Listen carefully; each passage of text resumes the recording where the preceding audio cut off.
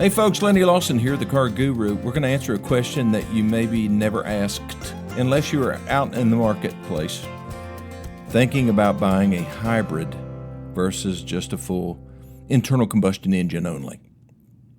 We talked about what a hybrid was yesterday. We won't go back into that. Just go back and listen. But it's got a battery on it, and it will run on electric power for a certain period of time. Let me give you an example. I've got 8,241 miles right now on my Ford Power Boost F-150 Platinum. Yeah, it's a nice truck. I can't remember how much the MSRP was, but I think it was $82,000. So I buy a truck every year, and then I find a lucky person to take it over after I drive it for a while. Right now I've got 8,241 miles on it, of which 1,831 of those miles were full electric, meaning that the gas engine had turned off and I was running on electric power. And that's just about every time I stop. Every time I coast to a stop, if I take my foot off the gas and it senses that I'm not ready to get right back on it, it will switch over to full electric. Occasionally on the interstate, if it's a downhill, maybe a little bit on level ground, but if you give it a little bit of throttle, that engine's coming back on. So what did I average as far as fuel economy in 8,241 miles? 19.8 miles per gallon. Now, this is a big truck. You may say, gosh, that doesn't sound like much for a hybrid. If it was a gasoline engine, my average, if it was a 3.5 EcoBoost, which is basically the same engine that's standard on this truck, I would have averaged around 17. What does the EPA say that my hybrid truck should get? 24 on the highway, 24 in the city. Well, why aren't you getting that, Lenny? I don't know. I think a lot of it has to do with the fact that I'm only 4 miles from the dealership. Most of my trips are very short. The longest trips we take, I did drive it to Florida this year. I drove it to Hilton Head this year. And I drove it to Cincinnati a couple times. So that's about it. So am I disappointed? A little bit. I think I am. This last tank, I got 21.4 miles per gallon. That was over 570.8 miles, 133 of which were full electric. So how do you make the decision? Is buying a hybrid, paying extra for it, going to be worth the money? Well, how much extra does it cost to buy a Power Boost hybrid F-150, Lenny, than it does to buy just a regular 3.5 EcoBoost? About $2,500. So what are you getting for your money? You're getting more horsepower with the Power Boost. That electric engine or that electric motor gives it extra juice, more power when you accelerate. It's on, and it's on all the time. It's just helping. But it only takes over, like I say, when you take your foot off the gas and coast or whatever. So, is it worth it? Well, let me ask you this. If you lost power in your house, the electricity went off, do you have a generator? Because this F-150 has one on it. Matter of fact, if you fill it up with gas, it will run about 45 hours and power pretty much whatever you need to. It won't power your whole house, but it will power your refrigerator and a TV. It might power your air conditioning if you hook it up, if you're able to switch off from the local utility. It has limitations because there's, electricity, it's all about the amps and the volts and all that stuff. We won't get into it. But yeah, if I go camping, I've got a 34-foot camper, and it has 50-amp service. But now the Power Boost only puts out 30-amp service. But I can run both of my air conditioners. There's limits. I can't run everything in. I couldn't turn on my microwave oven and run the refrigerator on electricity. I run it on gas, which I do. But yeah, it'll power my air conditioning. It'll power the lights. At some point, it will not take over. It will shut off. It'll trip the breaker or whatever. But still, is that an advantage? Well, it would need to be, I would think. I just did a calculation, 20,000 miles at 19.8 miles per gallon, which is what my Power Boost is getting, versus 17 miles per gallon, which is about what you'd get on average in a 3.5 EcoBoost? How many extra miles, or how many extra gallons of gas, would I use over 20,000 miles? That would be 166. I paid $2.80 a gallon just now, well, $2.79.9. So how many extra dollars did I save with PowerBoost? 466 over 20,000 miles. You would have to keep, let's call it 500. So you would have to keep this vehicle. Let's say you drive 20,000 miles a year. You'd have to keep it 5 years to pay the additional cost of the PowerBoost if you're just looking at fuel economy savings. So you tell me, is it worth it to buy a hybrid?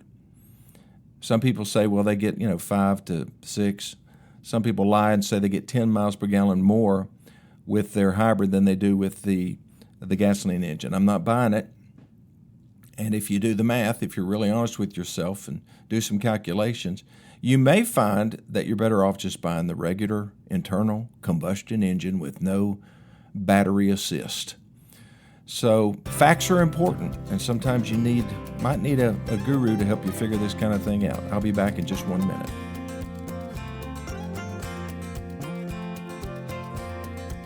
Okay, I am back.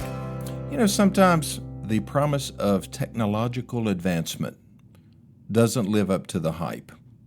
Sometimes it exceeds it. For example, I didn't know what AI was going to be all about. I really didn't. But I use it all the time. Well, I use it a lot. It is really simplifying a lot of things for me at work, and I think it's going to transform a lot of the things that we do at our dealership. It could transform everything from our phone system to the way we handle financial transactions with customers, to the way we do training, the way we analyze our inventory and our overall business. It can point out things so much quicker than I can probably see them as far as financial statement analysis and that kind of stuff. I think it's really going to be really good. But there's a price that we're going to pay. That's what I worry about. I don't know what the price is going to be to humanity and to, overall intelligence of people. So we can worry about that kind of stuff, or we can just adapt as time goes on, because it's coming. I was just looking at this, the prices of these trucks. The 3.5 EcoBoost F-150, this is the Super Crew Cab, a base XLT, MSRP $48,055.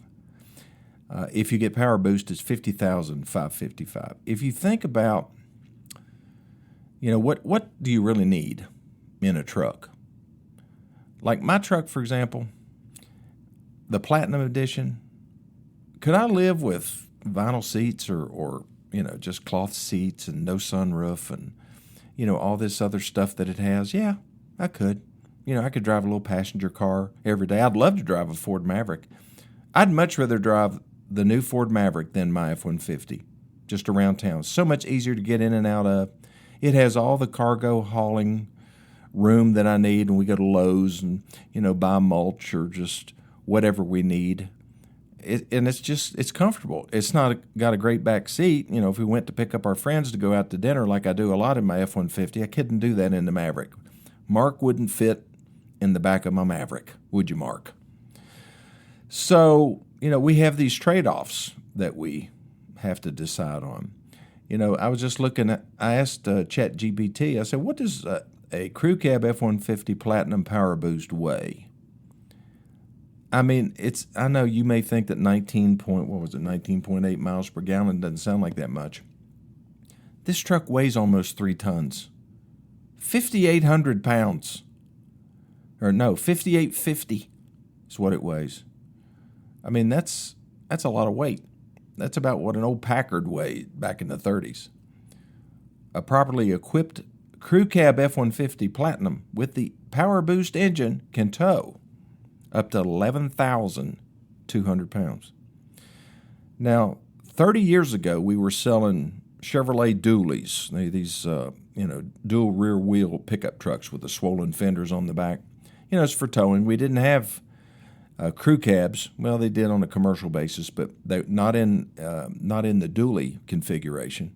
We had just regular cab trucks. There were there were not even any extended cab trucks. Well, let's go back a little bit further. Let's go 40 years, okay? What was the engine in that vehicle?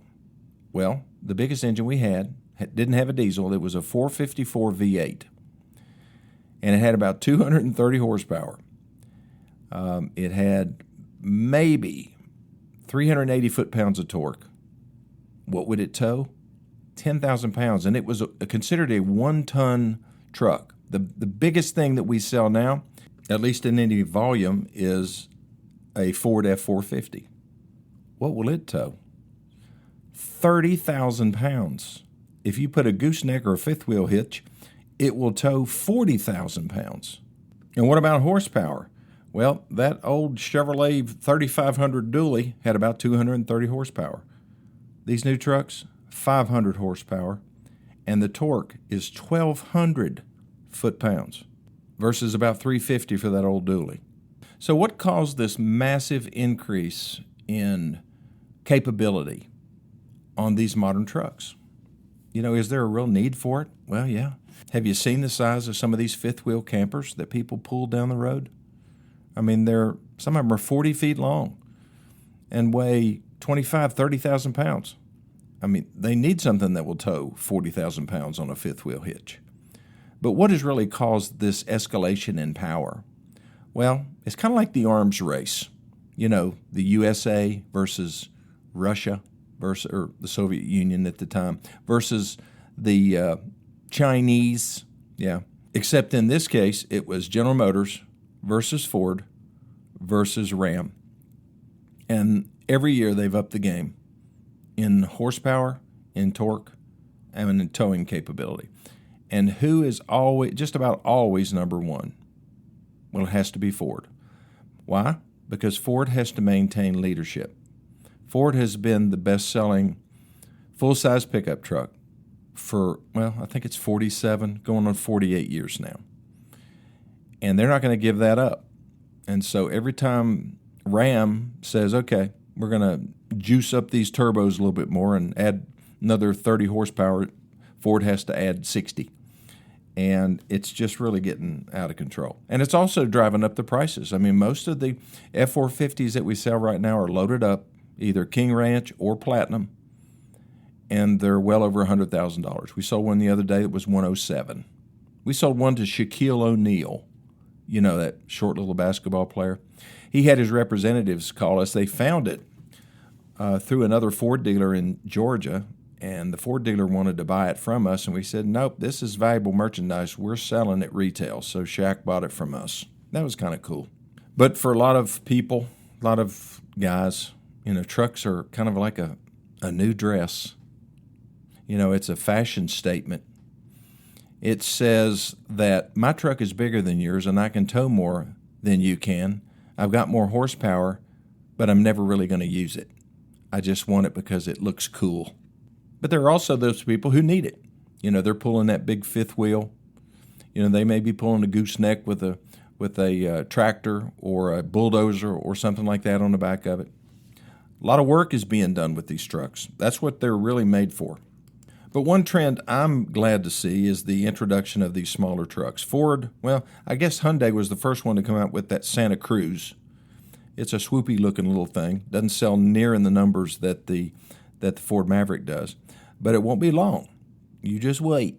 Toyota's coming out with a smaller truck. Nissan probably won't, but General Motors will. Chevrolet and GMC will have some kind of a baby truck to slide in right underneath their Colorado and their, what is their other one called? Canyon. That's right. And I like these small trucks. I like to see, you know, the thing about it is a whole different class of people are buying those trucks. People are trading in Honda Civics and Honda Accords and Hyundai Sonatas. People are getting out of their passenger cars and going into a small truck that does wonders for their lifestyle.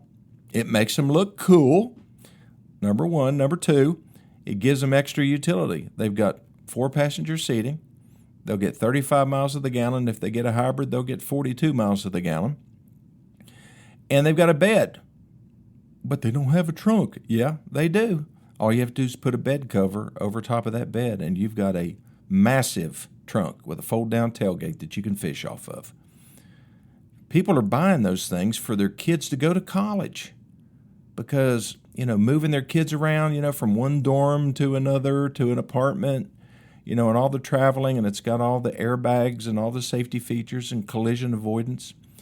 And, you can buy one for under $30,000, which is, that's just crazy to think that that's a cheap car now, under $30,000. 10 years ago, I ran ads for cars like Ford Focus and the Ford EcoSport, little crossover SUV. We were selling those things for the mid-teens. That's how much stuff has gone up. You may have heard me talk about this 1934 Ford Model 40 Deluxe Phaeton that I bought recently, and it's in the showroom out here. Beautiful car, just gorgeous.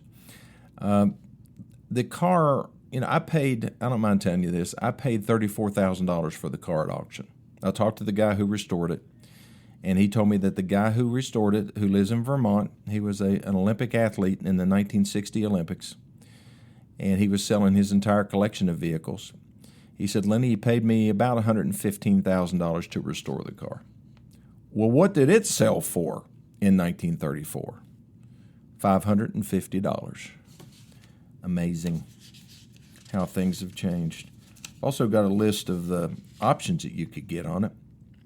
Let's see, the hood ornament? It's got a little Greyhound radiator hood ornament. That was $2.75 extra. If you wanted a spotlight, that was $14.50. If you wanted a radio, which this particular car has, that was $44.50. That was a lot of money. Ashtray was extra, 60 cents. Cigar lighter. I don't think cigarettes were that big back in 1934. Maybe not. Who knows? A cigar lighter, $1.95, $1.95 that is.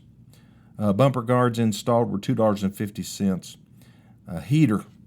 If you wanted a heater, it was really going to bust the budget at $14. Times have changed, haven't they? $1 would go a lot further back then than it does now. Now you can't even go to the Dollar Tree and get anything for $1. I mean, why do they call it the Dollar Tree if everything's more than $1? Who knows? Ponder that while we take this next break.